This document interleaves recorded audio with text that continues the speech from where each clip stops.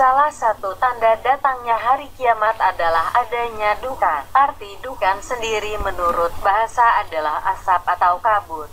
Firman Allah yang menyatakan bahwa adanya asap menjadi tanda kiamat terdapat dalam Al-Quran surat Ad-Dukhan ayat 10-12. Maka tunggulah hari ketika langit membawa kabut yang nyata yang meliputi manusia. Inilah azab yang pedih. Mereka berdoa, "Ya Tuhan kami, lengapkanlah dari kami azab itu.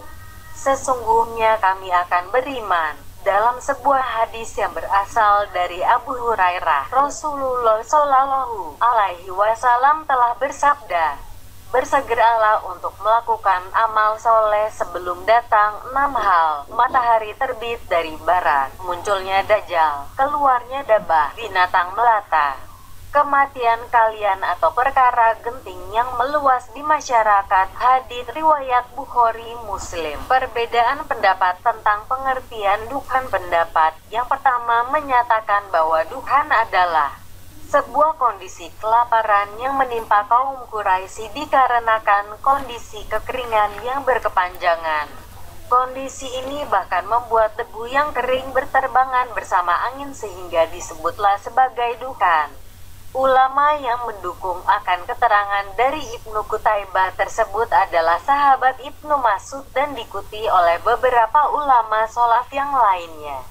Ibnu Mas'ud pernah ditanyai oleh muridnya yakni Masruq karena mendengar seseorang di Kindah yang menyatakan bahwa dukhan akan datang pada hari kiamat dan menyambar telinga serta penglihatan kaum munafik.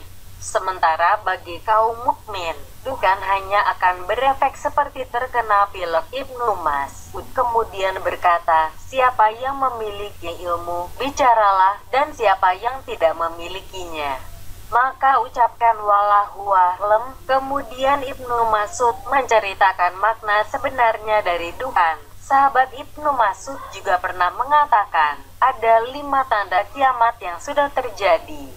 Peristiwa Al-Izam, hukuman bagi kaum kafir. Peristiwa perang Romawi Al-Batsah, kekalahan orang kafir pada perang Badar. Terbelahnya bulan dan dukhan. Hadits riwayat Bukhari. Pendapat kedua menyatakan bahwa dukhan akan muncul di hari kiamat dan bisa dilihat oleh semua orang. Para pendukung pendapat ini adalah Ali bin Abi Thalib, Ibnu Umar, Ibnu Abbas, dan ulama lain yang diperkuat oleh tafsir Ibnu Katsir. Ibnu Katsir dalam tafsirnya mencantumkan perkataan Ali bin Abi Thalib yang berbunyi, "Dukhan belum terjadi, orang mukmin akan menjadi seperti orang pilek.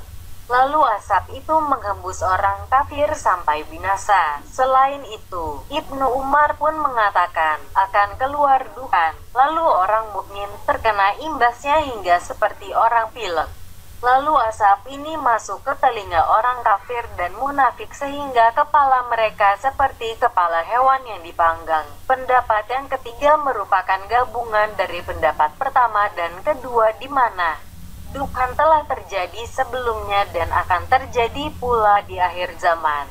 Inilah pendapat yang dipilih oleh Imam Nawawi yang dimuat oleh Imam Al-Qurtubi. Mujahid mengatakan bahwa Ibnu Mas'ud berpendapat ada 2 dukhan. Salah satu telah terjadi, sementara yang satunya akan memenuhi langit dan bumi. Setiap mukmin mengalami pilek, sementara orang kafir telinganya dilubangi. Hadits riwayat At-Tazkirah. Lantas mengapa dukhan begitu ditakuti Dajjal? Dajjal bukanlah makhluk yang tidak memiliki kelemahan dan salah satunya adalah dukhan.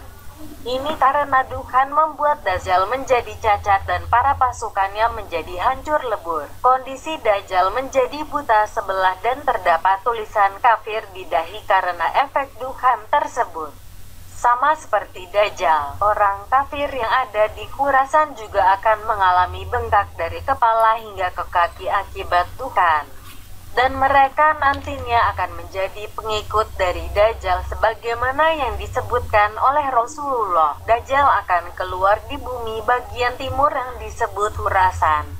Ia ditakuti oleh beberapa kaum yang wajah mereka seperti perisai yang dipukuli. Maksud seperti perisai yang dipukuli dari keterangan Rasulullah tersebut adalah wajah mereka yang bengkak karena efek dukan sehingga seperti benjol atau habis dipukuli.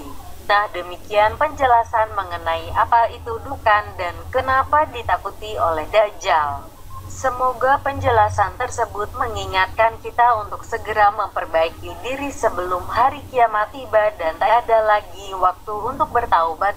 Semoga bermanfaat bagi kita semua. Amin.